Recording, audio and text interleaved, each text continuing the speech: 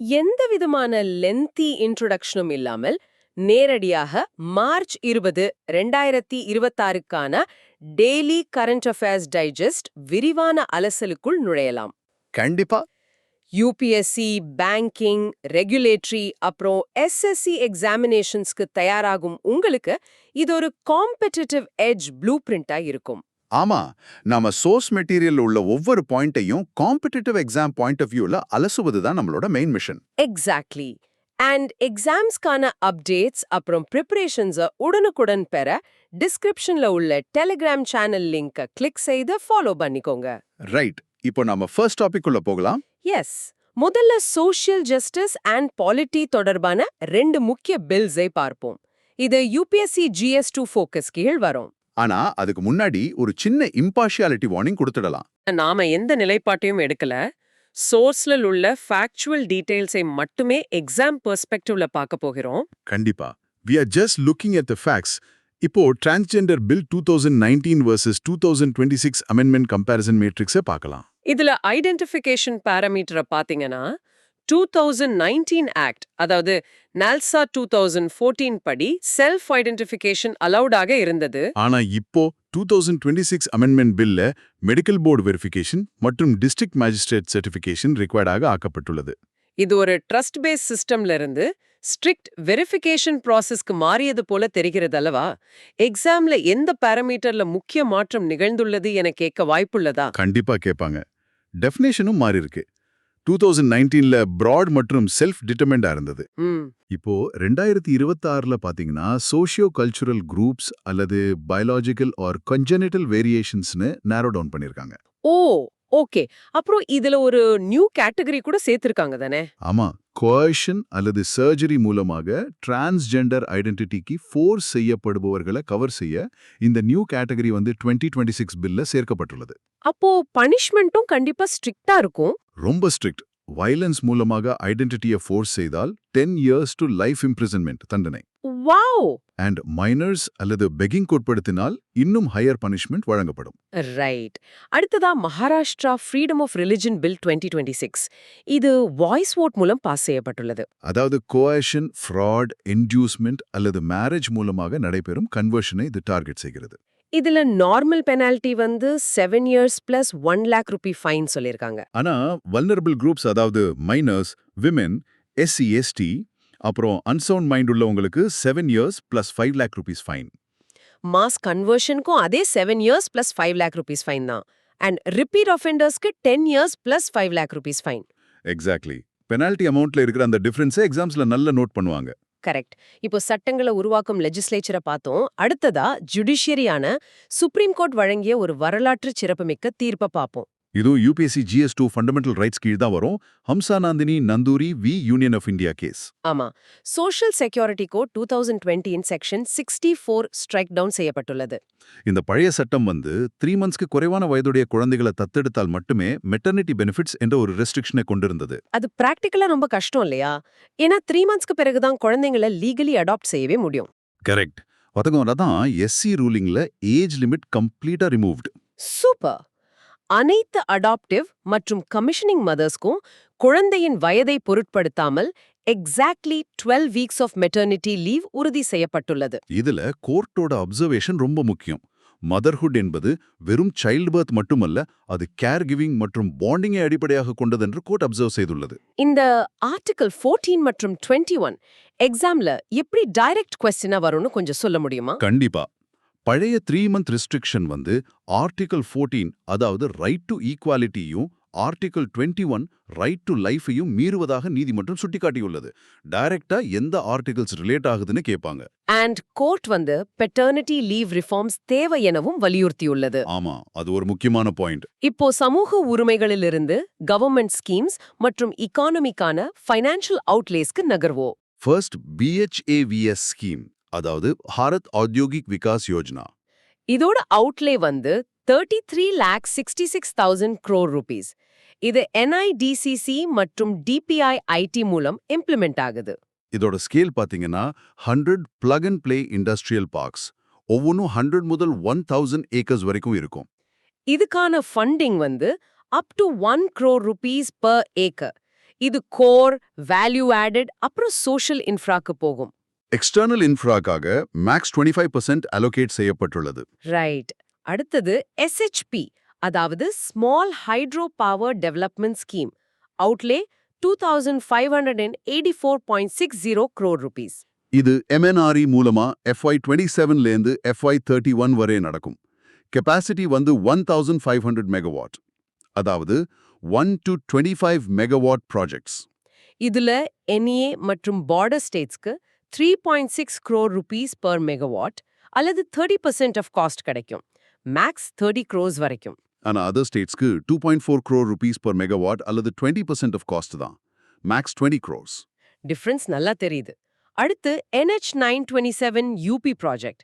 இதோட அவுட்லே வந்து 6969.04 crore rupees. இது வந்து ஹாம் மோட்ல நடக்குது. பாரபாங்கில இருந்து பாராய்ச் வரை 101.55 கிலோமீட்டர். அதாவது 4 lane access control highway. அடுத்து Punjab Sikhiya Kranti 2.0. Outlay 3500 crores over 6 years. இதுல ஃபண்டிங் ஸ்பிளிட் ரொம்ப முக்கியம். வேர்ல்ட் பேங்க் 2500 crores மற்றும் Punjab government 1000 crores. World bank funding split போன்ற ஸ்பெசிபிக் நம்பர்ஸை பேங்கிங் எக்ஸாம்ஸ்ல நேரடியாக கேட்பாங்க தானே? கண்டிப்பா. ஃபீச்சர்ஸ் பாத்தீங்கன்னா 3 பில்லர்ஸ் இருக்கு. Literacy and numeracy, academic streams, அப்புறம் vocational, plus digital career guidance போர்ட்டலும் இருக்கு. ரைட். ஸ்கீம்ஸ்க்கான ஃபண்டிங்கை பார்த்தோம். இப்போ இந்தியாவின் ஒட்டுமொத்த ட்ரேட் டேட்டா எப்படி இருக்குன்னு பேங்கிங் அண்ட் எக்கானமி மேக்ரோ டேட்டாவில் பார்ப்போம். ஏப்ரல் முதல் பிப்ரவரி FY26 வரைக்குமான டேட்டா இது. கியூமுலேட்டிவ் எக்ஸ்போர்ட்ஸ் பாத்தீங்கன்னா $790.86 பில்லியன். இது +5.79% growth. இதுல மர்ச்சன்டைஸ் 402.93 பில்லியன் மற்றும் சர்வீசஸ் 387.93 பில்லியன். அதே சமயம் கியூமுலேட்டிவ் இம்போர்ட்ஸ் வந்து $900.51 பில்லியன். இது +7.37% growth. இம்போர்ட்ஸ்ல மர்ச்சன்டைஸ் 713.53 பில்லியன் மற்றும் சர்வீசஸ் 186.98 பில்லியன். இப்போ ட்ரேட் டெபிசிட் வைடன் ஆவதோட மீனிங் என்ன என்பது கொஞ்சம் சுருக்கமா விளக்க முடியுமா? அதாவது மர்ச்சன்டைஸ் ட்ரேட் டெபிசிட் $31.60 பில்லியனாக வைடன் ஆகியுள்ளது. இதோட அர்த்தம் நாம எக்ஸ்போர்ட் பண்றதை விட இம்போர்ட் பண்ற குட்ஸ் ரொம்ப அதிகம். ஓ, ஆனா சர்வீசஸ்ல நம்ம ஸ்ட்ராங் தானே? எக்ஸாக்ட்லி. சர்வீசஸ் ட்ரேட் சர்ப்ளஸ் வந்து $200.96 பில்லியனாக உள்ளது. இது அந்த டெபிசிட்டை கொஞ்சம் பேலன்ஸ் பண்ணுது. சூப்பர். செக்டர் ஹைலைட்ஸ்ல ஃபெப் 2026 பாத்தீங்கன்னா ஹை growthல other cereals +170.14%, coffee +31.92%, meat and dairy +22.66%, அப்புறம் இன்ஜினியரிங் +12.9% இருக்கு. நெகட்டிவ் growthல ப்ராஜெக்ட் குட்ஸ் -81.31% மற்றும் cotton raw waste -59.44%. Trading partners growthல டாப் எக்ஸ்போர்ட் டெஸ்டினேஷன் வந்து டோகோ, பிப்ரவரியில மட்டும் +110.96%. And April to Feb FY26 பார்த்தா ஸ்பெயின் +45.31%. டாப் இம்போர்ட் சோர்சஸ்ல ஸ்விட்சர்லாந்து பிப்ரவரியில +793.3% இருக்கு. ஏப்ரல் டு ஃபெப்ல பெரு +67% இருக்கு. அப்புறம் CCI MSP சப்போர்ட் பாத்தீங்கன்னா 2023-24 சீசனுக்கு காட்டன் கார்ப்பரேஷன் ஆஃப் இந்தியா அதாவது CCI-க்காக 1718.56 crore rupees அப்ரூவ் செய்யப்பட்டுள்ளது. இப்போ ட்ரேட் அண்ட் எக்கனாமி சீராக இயங்க RBI-யின் ரெகுலேஷன் மிக அவசியம் இல்லையா? ஆமா. Regulatory matrix and banking awareness பார்க்கலாம். 13th ஆனுவல் சென்ட்ரல் பேங்கிங் அவார்ட்ல .bank.in டொமைனுக்காக RBI initiative of the year விருதை வென்றுள்ளது. சைபர் ஃப்ராடை தடுக்க RBI லைசன்ஸ்ட் பேங்க்ஸ்க்கு இது மேண்டேட்டட் ஆக்கப்பட்டுள்ளது. இதன் சோல் ரெஜிஸ்ட்ரார் IDR-BT. டெட்லைன் வந்து October 31, 2025. அதர் வின்னர்ஸ் பாத்தீங்கன்னா கொலம்பியா, பிரே, இத்தியோப்பியா, ஹோல்சேல், நமீபியா, AI. அடுத்து FEMA compounding. Delayed foreign remittance ரிப்போர்ட்டிங்காக மெட்ரோகாப் இன்ஃப்ராஸ்ட்ரக்சர் லிமிடெட் மீது RBI கம்பவுண்டிங் செய்துள்ளது. இதுல பெனல்டி வந்து செக்ஷன் 15 ஆஃப் FEMA 1999 இன் கீழ் 1,03,320 rupees. இதன் மூலம் ED ப்ரொசீடிங்ஸ் முடிவுக்கு வந்துள்ளது. கரெக்ட். அடுத்து கேபிட்டல் அடிக்வேசி, அதாவது CCR, Sec 35A of BR Act 1949 in கீழ் கவுண்டர் பார்ட்டி கிரெடிட் ரிஸ்கான ரிவைஸ்ட் ஃப்ரேம்வொர்க். இதுல ஈக்விட்டி ஆட்-ஆன்ஸ் பாத்தீங்கன்னா 6% for less than 1 year, 8% for 5 years, 10% for greater than 5 years. Precious metals excluding gold வந்து 7%, 7%, 8%.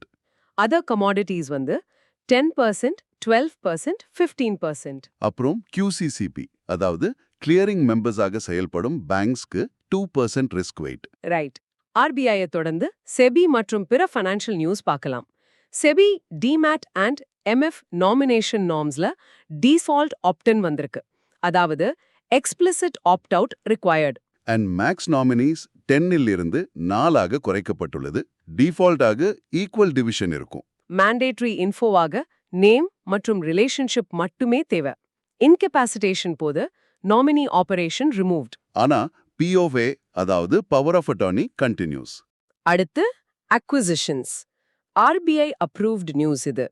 Pain capital வந்து Manappuram finance limited மற்றும் சப்சிடியரிஸ்ல 4,385 crore rupees invest செய்ய உள்ளது.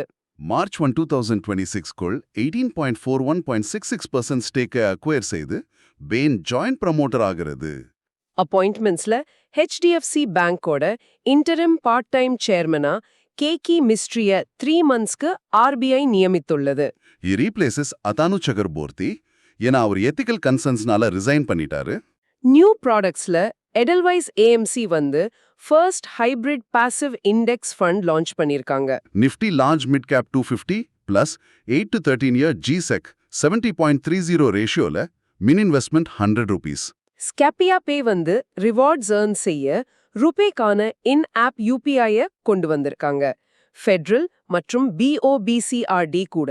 And SBI securities infinity 8 இனிஷியேட்டிவின் கீழ் women's mode of feature கொண்டு வந்திருக்காங்க. MD Bhuvaneswari A. இப்போ ஃபினான்ஸை தாண்டி இந்தியாவின் நேஷனல் அஃபேர்ஸ் டார்கெட் மேப்பை கவனிப்போம்.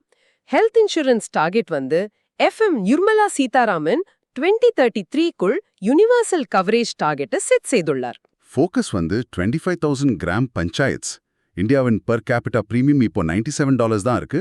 ஆனா குளோபல் ஆவரேஜ் $943. PMJGBYல 79 crore enrollments இருக்கு. 436 per yearக்கு 2 lakhs cover. அடுத்து UPI குளோபல் எக்ஸ்பான்ஷன். NIPL வந்து லங்கா QR மூலமாக UPI-ய ஸ்ரீலங்காவுக்கு எக்ஸ்டெண்ட் செய்துள்ளது. இப்போது 8க்கும் மேற்பட்ட கண்ட்ரீஸ்ல ஆபரேஷனலாக உள்ளது. UAE, Singapore, Bhutan, Nepal, SL, France, Mauritius, Qatar. Globally over 20 billion monthly transactions நடக்குது. Wow!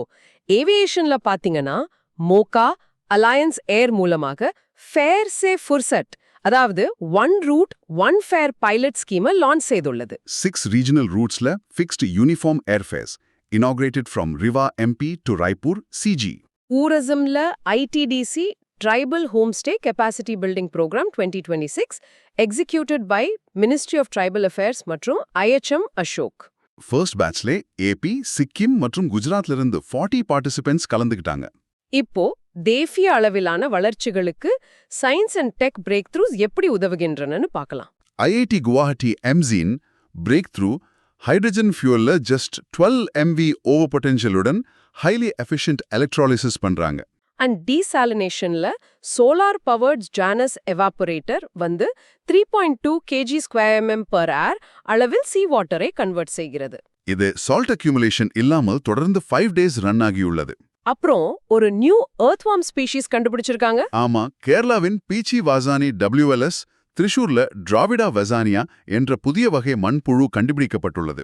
By Christ college and MGO. இதோட ஃபேமிலி வந்து மானிலி கேஸ்ட்ரிடாய். இந்தியாவில் இப்போது 83 டிராவிடா ஸ்பீஷீஸ் உள்ளன. அதுல 31 இன் கேரளா, 16 எண்டமிக். அடுத்து national geo heritage site GSI வந்து யூபியின் பண்டாவில் உள்ள காலஞ்சர் ஃபோர்ட் ஹில்ல டிக்ளேர் செய்துள்ளது. இதோட ஃபீச்சர்ஸ் ரொம்ப இன்ட்ரெஸ்டிங்.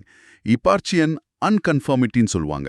அதாவது ஒரு 1.3 பில்லியன் இயர் ஜியாலஜிக்கல் கேப்.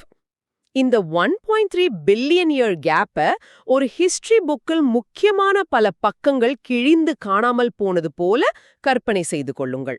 ஆமா, 2.5-year-old புந்தல்கண்ட் கிரானைட்டுக்கும் 1.2-year-old கைமூர் சாண்ட்ஸ்டோனுக்கும் இடையிலான கேப் இது. நேச்சரோட ரெக்கார்ட்ஸ் எவ்ளோ ஃபேசினேட்டிங்கா இருக்குது. இந்த சைட்ல நீல்கந்த் மகாதேவ் டெம்பிள் அமைந்திருக்கிறது. ரைட். இந்தியாவின் சாதனைகளை பார்த்தோம். இப்போது உலக அரங்கில் இந்தியாவின் நிலை என்ன?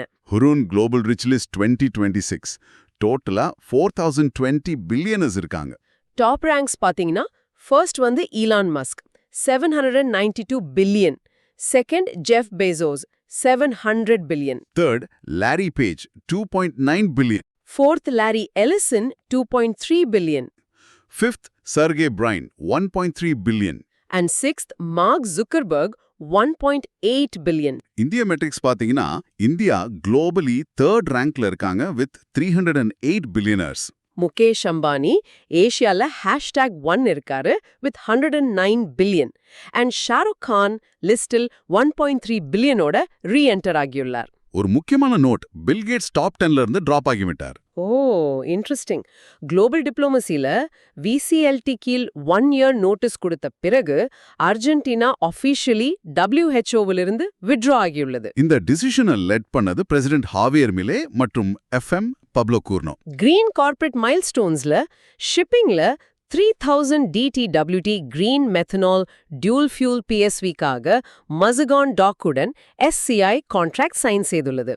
இது NGHM-உடன் அலைன்ஸ் ஆகுது. ரியல் எஸ்டேட்ல மெட்ரோபாலிஸ், அதாவது ரிலையன்ஸ் எமிட் சிட்டி ஜார்ஜர் இந்தியாவின் first LEED platinum pre certification USGBC கிட்டந்து பெற்றுள்ளது. இப்போ ஸ்டாட்டிக் GK பாத்தரலாம். Awards, sports, obituary and days. Awards and honours Javed Ashraf, former ambassador, France and legion of honour commander rank பெற்றுள்ளார். Presented by theory Matthew.